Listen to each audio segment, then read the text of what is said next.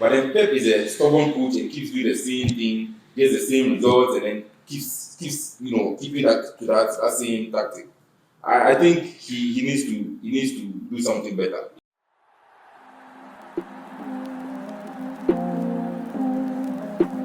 Welcome to the Game Time Show here from our studios at East Legon, where we talk everything sports. We are here once again to discuss the game week 3 review of the EPL, and with me to do that is these two gentlemen here. But before we go on to introduce them, can you do all to comment, share, like, and then subscribe to our YouTube channel? Guys, what's up? Ooh, How was your weekend, Michael? I mean, Chelsea win the weekend. There was always. I'm sure you were keenly monitoring the scoreline for Chelsea. Oh yeah, I watched the match. I mean, it was an early kickoff, so it started my week very well. My Saturday was very good. Still undefeated. Yeah. And I'm sure you want to go ahead and win the EPL. Oh, I mean, is it a target? I've already maintained it's not a target for Maresca. I'm not sure I've gotten your update regarding the top 4 prediction. Oh, the top 4 prediction, as of now, I can't predict, but I'm not saying Chelsea will win. Maybe they might go higher than what they did last season. Maybe a 3rd position or a 2nd position. So you should go and do what? Maresca should go and do what? Oh yeah, you should go and do what. I mean, when you've won the Club World Cup, you want to go and do what in the EPL? Yes. You face the whole of Europe, you want to go and do what in the EPL? You should just go and do a full free and then no pressure. I'm sure you want to take pressure off your coach. That's the point. Isaac, what's up? Charlie, cool. How was your weekend? It was a good weekend. I loved the matches. The only thing I think was there were a few shots here and there, but it was a good game weekend. The bad referee decisions, the VAR, all the controversies. Well, if you're a fan, you'd say it's the right decision, but somewhat controversial. And I think depending on where you are looking at it from, you'd say it's either a good decision or a bad decision. But nonetheless, I think it was a good weekend. So talking about controversies, I think we'll go straight into the fixture of the week, which was Liverpool against Arsenal. A lot of controversies. I think it should have been a drawn game, given that some of the decisions of the referee did not go their way. I'm sure you'll be laughing at it, but then it's a serious matter because this VAR thing has been happening season. But there was no VAR incidents in Liverpool. If you look at the number of times Arsenal have lost a game based on bad referee decisions, it's continuing this season again. No, and but what was the bad decision? Okay, on this? Going into it, I think there was a penalty call which was ruled out. I'm sure it doesn't go against your team, so of course. No. I mean, even if it was Chelsea, I wouldn't even argue for this. But you saw how the match went. The match wasn't. It didn't live up to the. I'm sure you saw how the Arsenal didn't even come to win. They were all over the place. Of course, going into the game. So why then do you expect that you will get a draw from this? Okay. Arsenal didn't play. So play nothing. In general, what was your assessment of the game? Do you think Arsenal lived to the billing, or it was just a matter of the two sides? The two sides. I mean, I think everybody was playing tactics not to lose the game and stuff like that. So it was boring, honestly. But mind you, Arsenal came to maybe let's get maybe set piece. But mind you, these are the 2 top teams in England last season. And going head to against Man U, Arsenal and Moshi, they didn't play anything. But I mean, they got a set piece and then they scored. They wanted to try the same thing with Liverpool. It didn't work because when you can play ball, but don't just be like as a more person ball, more try set piece, more and stuff. The match wasn't entertaining. I mean, so you think the scoreline was a true reflection of the game? Oh yeah, I mean, I mentioned that you can't go to Liverpool as Anfield and go and win. I mean, no, but I mentioned that in the past 4 fixtures at Liverpool, they have never won. We have never lost. It has always been in the draw. So I mean, the superior is their home. But if you can't go and break them in your home, then if both teams did not play well, then I'm not expecting a win for them. It was just as a result of the masterclass of Soboslai. Yeah, they took that win away from Arsenal. No, that would not win because Arsenal nothing showed that Arsenal would have won this game. But do you agree to the fact that the injuries to Arsenal also played a role to this defeat? No, I don't. The injury was Arsenal lost Saka, they lost Saliba, Yes. and Odegaard was not fully fit. Sure. And then even where the goal came from, there was none of them. There was none of them involved. It wasn't a defensive error. It wasn't a midfield battle. It was just a set piece. Part they scored. That's no, but if you look at the set piece that you mentioned, that was not able to go in the favor of Arsenal. They got a lot of corners, but we didn't have Saka to give the in swinger to get people to head on. Most of the corners that were taken by a Madueke you got from Chelsea. No, you have Madueke, you had Eze. Eze came in and stuff like. Oh, you had players who could have.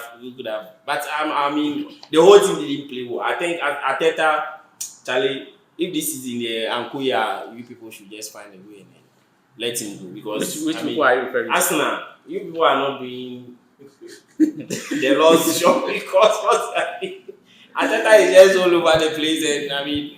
No, but you just be building. How can you be building? Is he building a castle or is he building? Oh no, you have been building for how many years? You can bear with me that this season they've had the best of transfers. They had 8 entries alone, and they've strengthened in all areas. This is just one of the games that you cannot really lay a finger on it to say Arsenal is early days yet. Let me. Of course, yes. Because last season per se, I mean, you could have.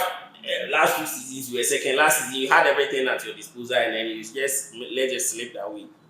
So anyway, this early season year. So you think whatever happened in the game, the referee decisions, all the controversies, it didn't affect the game. There was no controversial incidents in the game. The game was just boring. I mean, it didn't live up to the billing. Yeah. All right. It was just. Isaac, I don't know what you think of this. Arsenal had about 5 shots. Liverpool had 7, but I think out of the 7, they were able to score through a free kick.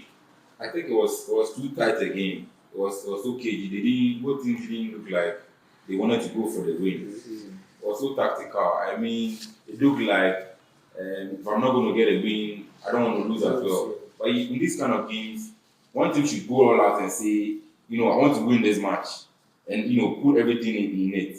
But I also think that the injury to Saka did not help Arsenal a bit because they lack that pace on the right. On the right and the creativity. But I mean, no, Madueke is not. It's not going to be a starter for Arsenal. He cannot easily fill that void that was created by Saka. He did his best, but I don't think he's up to that capacity to say, okay, this is a like-for-like replacement. For that reason, we should be able to pull some threats from the right. He's a world champion.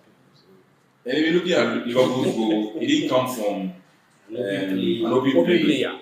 Came from a set piece, and I'm sure if Szoboszlai gets a chance to play 10 free kicks, I doubt that he will even score 3 out of it. Of course. These things is like lightning striking at the same place twice, right? It doesn't happen. Same as Rice did to Real Madrid. Yes. So and he's not scored the free kick again. Oh no, but he has not gotten an opportunity to even take on the free kick since this happened. The free kick he takes is always into the box, just trying to target a defender or someone to head home a goal. I don't know, do you think the inclusion of Gyökeres to the Arsenal squad has also shifted the way and the style of how they play? Has that influenced their game? No matter what you do, a new player needs to get comfortable with the system. And I can see he's struggling a little bit because we've seen him in Sporting and he was banging the goals. He looked comfortable on the ball from any angle, from the wing, from the front, but it looks like he's struggling a bit. He doesn't know how to position himself sometimes to be at the end of any cross or an assist or a good pass. So I think is it a lack of creativity or he is not able to make that run? Because I see him making some runs, but the players around him are not noticing that, especially Martinelli, always having his head on the floor, not noticing what's happening ahead of him. He keeps running in straight line. If you're a very smart defender, you can guide him towards the line and make him waste the chance. For the kind of striker Gyökeres is, I think an informed Odegaard will be a very good thing for him because he would pick him in some of those rounds, right? Odegaard always focuses on Salah's head. Yes, but you see, he's not having a good season. And like you said earlier, he's not fully fit. Yeah, from last season, I mean, some of the matches you've seen him play, you ask, is this the same Odegaard we know? But I think if he picks up, he'll be able to help Progress, be comfortable with the team and then start getting the goals in because he knows how to find the net. Michael, how do you see the inclusion of Eze?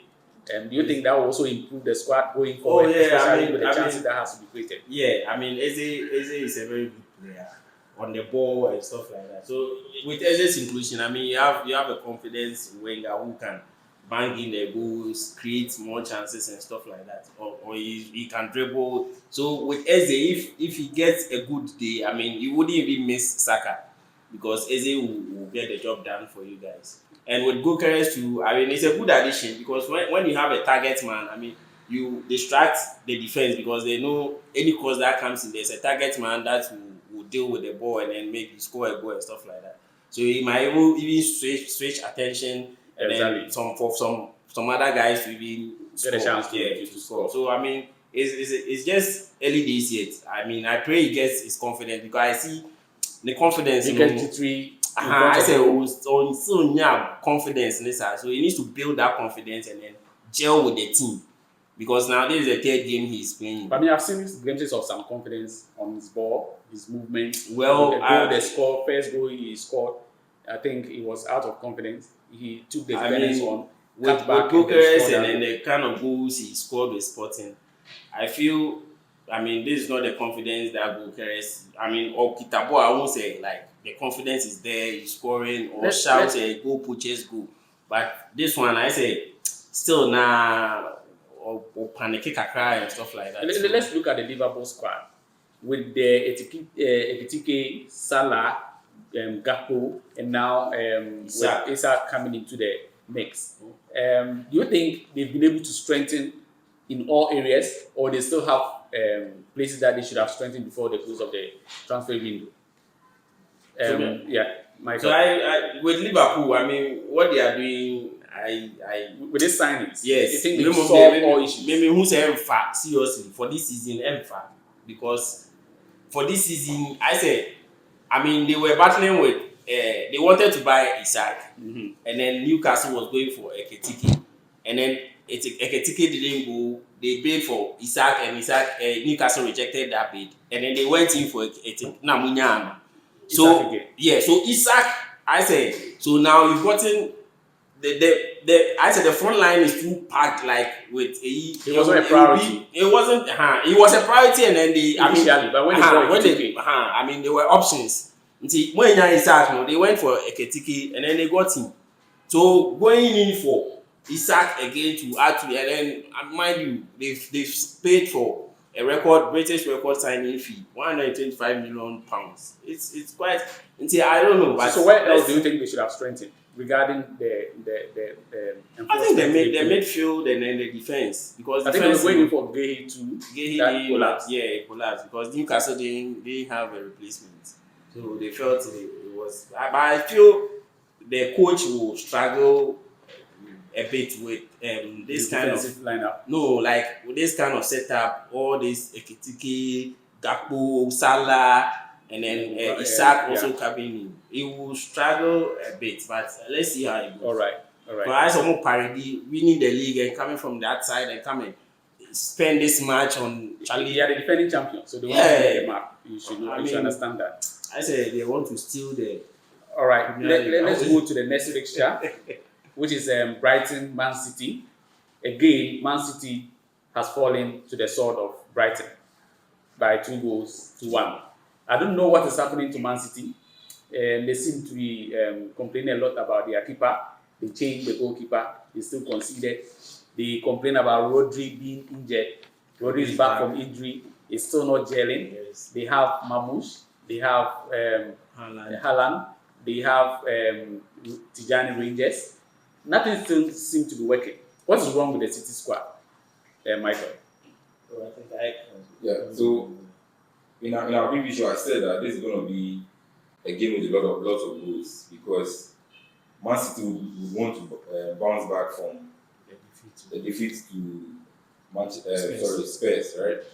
But then you see, so this is a back-to-back defeat for City. Yes, it really happens, especially with Guardiola. But I think City look so open, especially when a team is attacking them. It's like they see the gaps in their defense, especially in their defense. And it looks like every time they go forward, it's very difficult to track back sometimes. But for Brighton, I think people thought Brighton in tracking back, did they miss Walker? You think they miss Walker? I don't think they miss Walker, but I don't think Oscar Bob is good enough to play any team in the top 6. But Pep Guardiola, as we know his pedigree, will not go in for any talent at all. We've always said he's beyond what the eye can see. Sometimes he wants to keep to how he wants to play, even if it's not working. Because I think he has to vary his tactics a bit. Sometimes, when you're on this, losing streak, you just need a game that will give you some confidence. It doesn't matter how you play it. You have to just get a win or a draw to, settle down and see that, there are things you are doing rightly and things you are not doing well. But then Pep is a stubborn coach and keeps doing the same thing, gets the same results, and then keeps keeping that to that same tactic. I think he needs to do something better. Is it a coach or is think is a resource? I mean, he's bought a lot of players, right? If you are talking about resources, he has the resources. He has them, and his striker too is not banging the goals like he used to. I mean, he had a chance where the Haaland would finish that easily, but then he passed the ball to the goalkeeper. He didn't shoot. It was so unlike.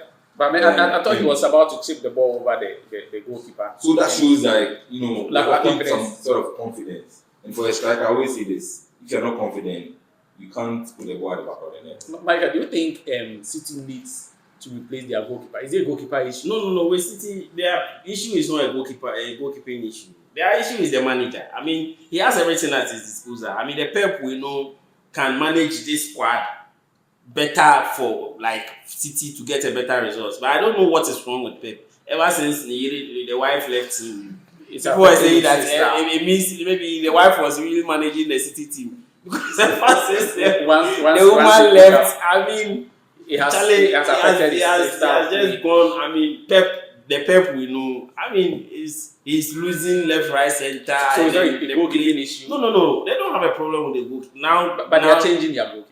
No, they are not changing. They are reinforcing. They are replacing him. I think the goalkeeper is moving to. No, they've bought Trafford. They are now bringing in Donnarumma. Yes, so they are reinforcing. But I mean, the Pep City's problem has never been a goalkeeping issue, because the City we know, they possess ball, they pack midfield, they make sure that the ball doesn't even cross the midfield to their defense and then to the keeper.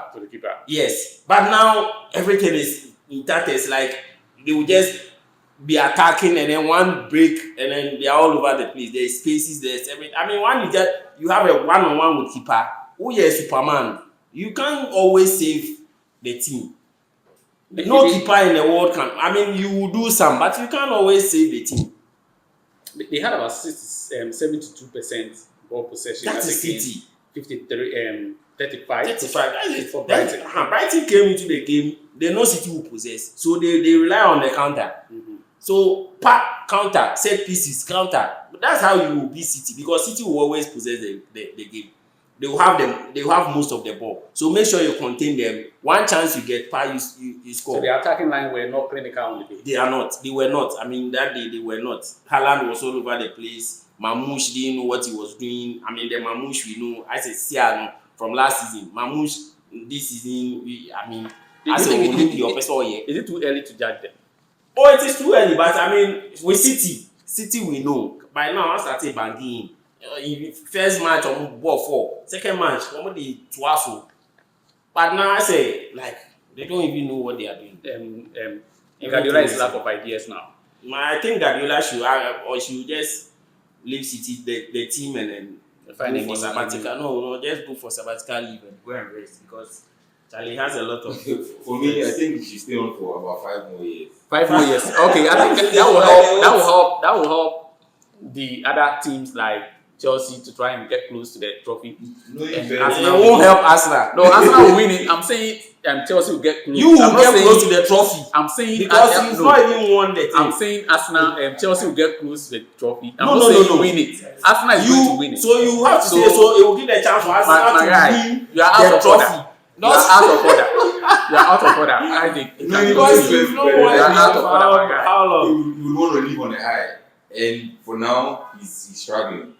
We saw a little bit of struggling last season as well, and we thought with the signings he made, this season was going to be better than last season. But I mean, if City is getting 72% possession, in previous seasons it ends in something. Haaland will get a lot of chances to score. You can see that the possession tends to goals. But now it's like we're just holding the ball, we don't know what to do. We can't defend the way we want to. And you need to play the Pep style. Still playing the Pep style. So I mean, let's see how it goes. But All right. it's not looking to do. Maybe international break will help the team reset, and then come back stronger. Yeah. All right. Let's look at the next fixture, which is the Amorim boys against Burnley. I think finally they have gotten the win that they deserve. People were saying, okay, they played better than Arsenal, and they still lost. They still went ahead and lost against a second division side in the cup. They are now here and they have a win against Burnley. And they took a last-minute controversial decision from the referee to award a penalty for them to have a win. Mike, I don't know what your take is on this particular fixture. Honestly, was the celebration from the United boys was really shameful. I mean, Ferguson's Man United will be jubilating as if they've won the Champions League. But that was a last-minute goal against Burnley. I mean, you just got the goal and then you don't jubilate like the way they did. It was very embarrassing, honestly. Really? It was embarrassing. Man United, Ferguson's Man United, how can I explain this to my kids that this is the Man U team that won the trophy or the EPL for 20 times? You should understand that. Jubilating against Burnley just because he got a last minute penalty. There's no lesser team in the EPL. You can understand that. I understand. We understand there is lesser team. Burnley is not a team that Man United should struggle to beat. No, but if you want to look back, and it's not a team that Man United should beat and then be jubilating as if they've won a Champions League. So they should score and walk to the. Let the fans just jubilate and then you players you just go and then rethink and regroup and build your confidence. But let's just jubilate as if you've won the Champions League. You can agree with them. Looking at how bad they were last season and coming into this season, they are so struggling. And this is their first win of the season. You jubilate more than this and champagne. No, it's shameful. I mean, they should just reflect on the game and then build confidence from it, not jubilate. Jubilation, and then the jubilation was wild jubilation. I mean, it was embarrassing. Honestly, if Ferguson were to be on the field, he would just bow down. He would bow his head in shame. I mean, this is my team, the team I left, and they are jubilating over Burnley, winning the last minute, getting a last minute penalty to win against Burnley. It was embarrassing. I don't know what you think about this match. Amorim is refusing to start Sesko. They have Mbuemo, they have Cunha. Even when Cunha got hurt, they still decided to bring in Zeski. What do you think is the issue? Is it Amorim tactics or the personnel he has on the day are not really fit for his style of play? I think this issue is spiritual. they need to see a prophet of God to help them. I don't think that happens in Europe. Well, I mean, they've been struggling since 2013 to do something with their team, and it's not working. For the way they reacted after the win, I think it was based on emotions. Yeah, of course. At the time it came around, the goal came, and Bruno converting the penalty. I mean, they were all elated, they were jumping all around, but it was pathetic in the sense that, I mean, this is Manchester United we're talking about. They can't jubilate when they win against. No, I mean, after the humiliating loss to Grimsby, you needed to come back and then win emphatically. Let your fans know that we are not letting you down. All the money you are paying to come to the stadium to watch us, we are here for you. But then it was anytime United gets the ball, you realize they are out of ideas. Cunha is not an out striker. He can't bang in the goals. What's his name? Mbuemo is not the Mbuemo we've seen in Brentford. Yeah. He'll score when the opportunity comes, but who's creating for him? But we have. So they don't have a striker. You have Fernandes to do that. I don't even want to start with Bruno. I think it's one of the problems for Manchester United. What has he been doing? They need to replace him. Really? Then he should have gone to Saudi. Yes. I mean, he should have gone for Arab money. But he didn't go, he stayed. And I mean, the team, it feels like they would have to still do with him because he doesn't have any replacement now. But he scores crucial goals for them. Okay. Scoring a penalty against Burnley at Old Trafford at that time. I mean, it's not something you should be happy about because as Chelsea will not give you that opportunity. Liverpool will make sure you pay for all those chances they keep missing. And then Sesko on the bench. You bought a striker that is known for scoring goals. You need to give him play time for him to be, comfortable and then get his confidence back. Why are you still keeping him on the bench and playing Messi Mount and then Cunha in front? It doesn't make sense to me. These guys are not out and out strikers. They are not known for banging in goals. So Man United is going to struggle scoring goals, and they're going to, just pick on those, penalties and tappings and all that. They can't create, they can't score, and the coach keeps, playing the same thing. Sometimes even the confidence from the coach, when there's a penalty kick, he can't watch it. I mean, what are you scared of? No, but he can look back at the Grimsby. I think that even the players cannot feed off his confidence because he's also struggling with it. Even when he watches interview sessions, sometimes he loves the team, sometimes he wants to quit. I mean, what are you? I'm sure he's depressed because of how the team is performing. No, I think United should. No, with Manchester United now, anybody that comes will be depressed, honestly, because the team is not looking good. Like they don't even know what they are doing. And I don't know Mbeumo whether he's a striker. I'm sure. Right now, Mbeumo is playing as a winger. Oh yeah, he plays as a winger throughout stuff the like that. And then the season. You have Sesko who is at the bench. You played him against Grimsby. You played full time, so you should have continued. I'm sure with this win that has come their way, the winning streak will continue. Amorim hasn't won back-to-back match ever since he came to EPL. Yeah, so this is what might be the beginning. So let's look forward to that. No, we are not. Their next match is Man City. They are Anything playing Man City that's after a Manchester derby. That would be a very good game. That would be a Manchester Both teams derby. are. And after Man U, they are coming to play Chelsea, So the they- world champions. They will not survive the next 3 games. We will just brush them aside. Even though, I mean, we won't humiliate them. Maybe one day, because United, when they see these big teams, then they will be playing as if it's their last game. They will play and die. They will be fighting like once they are done, they will meet some small team, and then the team will just dismantle them. I think you are saying that Chelsea will just brush them off. Let's go to the Chelsea game against Fulham. That was the West London derby. Yeah. And it also took a lot of controversial decisions from the referee to give Chelsea that win, even though someone will say it's a comfortable win, but I don't see it that way. Chelsea had about 65% of the ball, and then they also had about 8 shots on target. But in all of this, there were so many controversies, even leading up to the goal that was disallowed for Fulham. I don't know what your take would be on that particular picture. I mean, with the goal against Fulham, I mean, we all heard that they said it was. They could have reversed that decision. It was a bad mistake, or I mean, the guy turned and then he stepped on Chaluba's. But that wouldn't have. But some people are saying it's a natural position where, like, when you do that style, you need to stand. You can't stand on somebody's leg and then say because you've done that turn, so you should stand on somebody's leg. Is it because it's Chelsea? It's not because it's Chelsea. Clearly, the guy stamped on Chaluba's leg. He couldn't have seen him behind him. Forget about seeing him. Fouls doesn't mean that intentionally foul.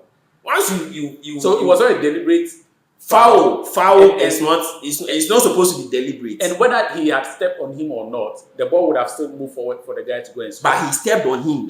He stepped on him. Let's build that. He stepped on the guy before moving and then going to score. Mm-hmm. So if you stepped on, it's a foul. Is it not a foul? I don't know why they are saying it's a foul. They should allow because it's a natural sport. And the guy turned and then he needed somewhere to stand, and it will be somebody's leg that you stamp on. And then it's a foul, but the game could have been allowed to flow as well. The game was allowed to flow. That's why the goal came, and then they disallowed it. Yes, because it was a foul. Why would you foul somebody and then they will allow the game to play? No, but there are some fouls that the referee can overlook. No, if it's a foul against, if like we fouled Fulham, and then they still went ahead. That one is advantage. You are playing advantage. So you allow the game to flow and score. It's a goal. But you can't foul an opponent and then still go and score and then say they have to allow the ball to So it was a convincing win for Chelsea on that day. It wasn't convincing. I mean, the penalty that we all saw, the ball hit Joao Pedro's. I honestly don't know why they didn't penalize Joao Felix, but they went on to maybe they will say ball to man or whatever, because I saw it hit Joao Pedro's hand, and that was before supposed to have been a penalty. Yes, there's no penalty. It was a foul because it was handball before even going to hit the Fulham's hand for the penalty to be awarded. Yes, I mean that one. I didn't know. I don't know why they didn't disallow that penalty, but they still, because the referee went on to watch whatever happened, but I still decided the penalty should stand. Isaac, I don't know what was your a take good is win for us on this particular game. I think the controversy surrounding the VAR and the bad referee decisions seem to be going in favor of certain teams, and I'm sure Chelsea is benefiting from it. The VAR has always been benefiting teams. No, some teams are always at the receiving end. But it's like Chelsea. I don't know what your take is on this particular decision that led to. Regardless of the controversy, I think Chelsea still have their unbeaten run. It's not 100%, but they are still still not lost. They've not lost. No, when it comes to the loss, it's 100%. But I think the 100% team is currently Liverpool. Yes. Yeah. So yes, when I looked at it, I thought it was a bad decision, but then I played it over and over again. I think it's a foul for Chelsea because he stepped on Chalobah's foot, and I mean it's a foul. No matter how you see it, whether it's a natural position, he was turning, there was still an infringement. So I think yes, but Chelsea still got the win, and sometimes all you need is a win. Yes. Yeah. All right. Thank you. Let's go to the next fixture, which is Tottenham against Bournemouth. I think this is one of the surprising results for the week. Bournemouth going to win at Tottenham. We thought they were on fire with all the Richarlison bicycle kick and with Kudus giving all the assists in the world. They still lost. They were in 6s and 7s during their match against Bournemouth. I don't know what you think went on wrong. Spurs had about 70% of the ball possession against 30 for Bournemouth. But Bournemouth still went ahead and won that game comfortably 1-0. I think Bournemouth were hungrier than Spurs. If you watch the game, Bournemouth seemed more for the win than Spurs. I saw more per win more than Spurs, because when you even watch, this guy Semenyo had chances that he could have scored, and then they had some decent chances, but they really had a Spurs keeper Vicario doing more saves and then getting him to work more than what Spurs. I think Bournemouth were hungrier than Spurs, if I should say. Isaac, do you think Tottenham is just flattering to deceive? Yes, I said that last week and I'll say it again. Sometimes they look very promising. They look like they're going to challenge for the title, or even maybe top 3 or be in say top 2. But Spurs will always do this. We call them the choking cockroach because they always choke when they need to win. And the goal came very early. So I was thinking by 60th minute they should be equalized and then gone on with the game. But the counter attack from Bournemouth was very rapid, was quick, and Vicario made a lot of saves. It could have easily been like a 3-0 for Bournemouth. Yeah. All right. So that's the true reflection of the game, if you want to say. Because looking at Bournemouth, I think they've lost a lot of their backline, a lot of players as well. Everyone was just tipping them not to perform well. But looking at how they perform against Tottenham, I think it was very, very impressive. I don't know if there's any other fixture you would like to touch on.